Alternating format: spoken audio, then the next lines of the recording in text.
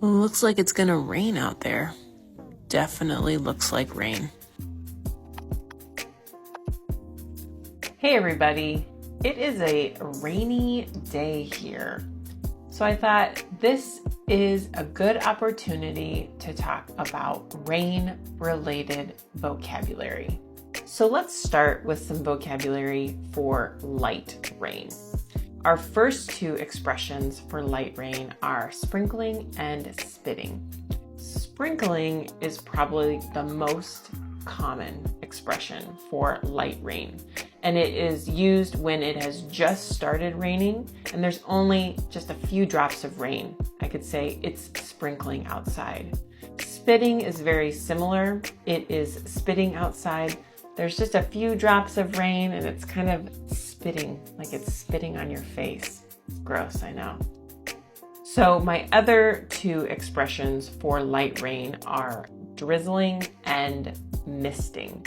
If it is drizzling outside, it means it's more rain than a sprinkle.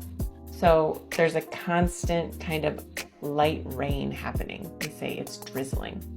Misting is kind of like fog, like a wet fog, like almost like someone is misting your face when you walk outside, right? And you can say, oh, it's misting outside. It's just kind of wet.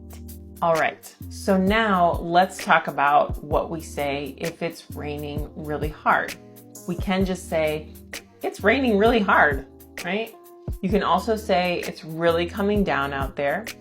We say it's pouring, or it's pouring rain, or it's pouring outside. I also sometimes hear people say it's raining buckets, or it's coming down in buckets.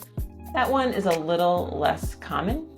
And sometimes we just say it's crazy outside. Like, don't go outside if you don't have to.